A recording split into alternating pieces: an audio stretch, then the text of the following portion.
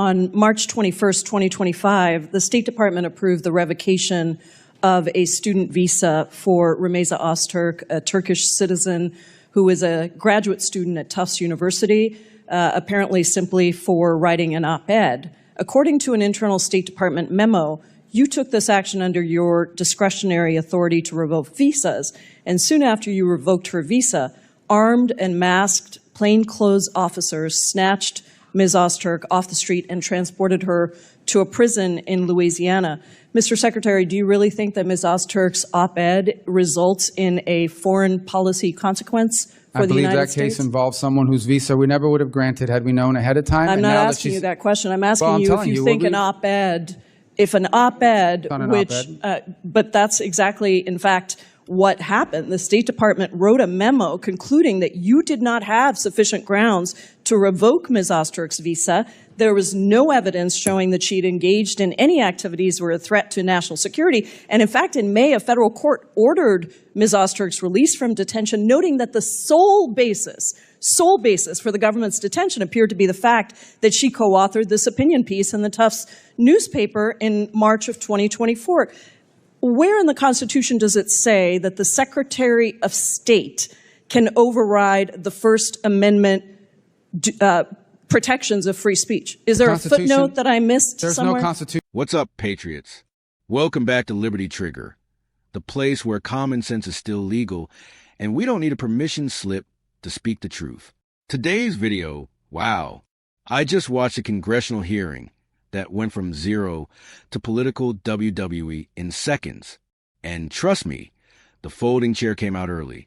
Let's dive right in. Constitutional right to a student visa. So, but is there a constitutional right? Does it say somewhere that Marco Rubio gets to determine which speech is appropriate and revoke student visas based on what you think constitutes free speech? There's a statute that says the Secretary of State gets to determine whether someone is a threat. We deny visas every day all over the world. Do you think that the Immigration and Nationality Act trumps the Constitution of the United States, Mr. Secretary? Well, Congress can always change the law if you want, but I'm telling you, Mr. Secretary, while I have the authority, I will continue to revoke the visas of these people that come here to tear this country. You said that, Mr. Secretary. Let me reclaim my time because you are talking about revoking student visas based on what somebody says. And that means that you are trumping the legal supreme court, the supreme law of the land, which is the Constitution of the United States. No one has a right to a student visa. Mr. Rubio, why did the administration need to use masked, armed, unidentified agents to whisk somebody off the street and deny her counsel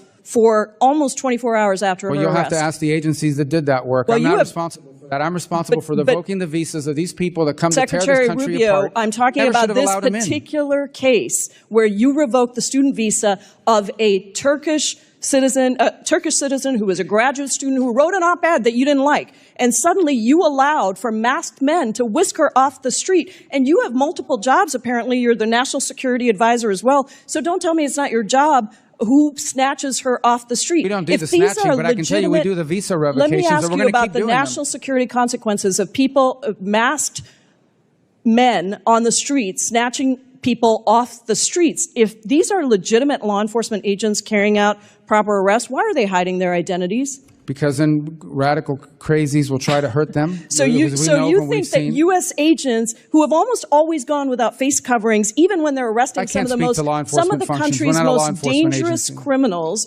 suddenly have so much to fear from a graduate student who wrote an op-ed that they need to be masked? Is that law student was a guest in the United States on a student visa. No one's entitled to a student visa. So you revoked her student visa based on an op-ed which trumps the supreme law of the land, which is the Constitution. Someone's coming up here to stir up problems on our campus. We're going to revoke their visa. She didn't do more. I have another question for you. Would you revoke the visa of someone in the United States who published claims that, quote, Jews are an untrustworthy and dangerous group? Yes or no? We will revoke the visa of anyone who's in this country as a guest who's here to stir up trouble. Are you going to revoke the visa of somebody who made that? Send me the case. I'll look at it. I'm looking to get crazy people out of our country. Actually, it's not just about revoking. You actually, Secretary Rubio, excuse me, reclaiming my time.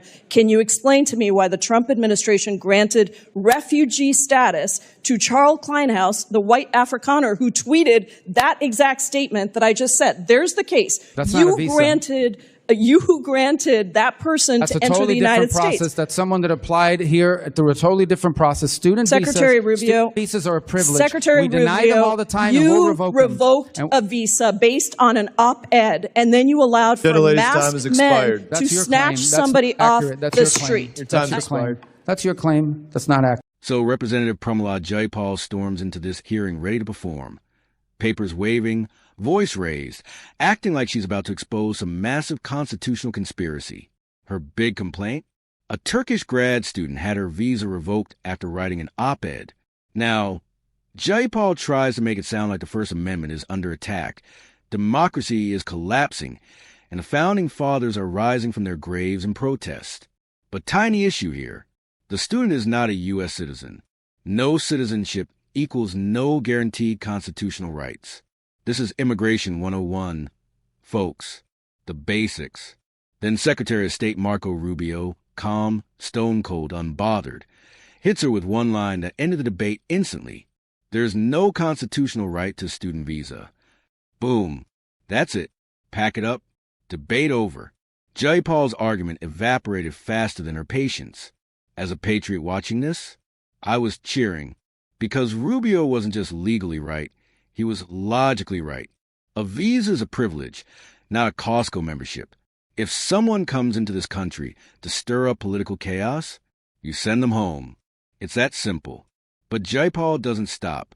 Oh no, she switches into full conspiracy mode, asking why masked, armed agents detained the student. Rubio calmly explains. They wear masks so radical crazies don't try to harm them. Makes perfect sense. Law enforcement safety. Basic stuff. Jayapal? She reacts like Rubio told her the earth is flat. Lady, please. This isn't a Marvel movie. Agents wear masks so they don't end up on someone's hit list. Not because Rubio is running a secret underground kidnapping squad. Then Jayapal thinks she's got Rubio trapped with some gotcha question. Would you revoke a visa for someone saying Jews are untrustworthy? Rubio, yes. Instant. No pause. No sweating. Jayapal looked like she accidentally walked into the wrong debate. She tries comparing it to a South African refugee case. And Rubio shuts that down with, different process. Translation. Ma'am, you're mixing apples and lawnmowers. Here's the bottom line. And I'm saying this as a right-wing patriot who believes in borders, laws, and the sovereignty of this country. If you are a guest here, you do not get come onto our soil, stir up division, violate our standards, and then shout First Amendment like a cheat code.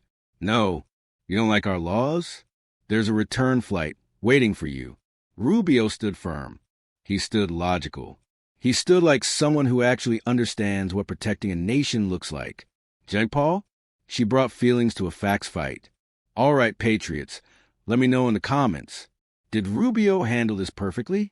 Should foreign nationals lose their visas for stirring up trouble on American campuses? Hit that like button, subscribe, and remember, stay loud, stay bold, stay American. God bless you, and God bless the United States of America.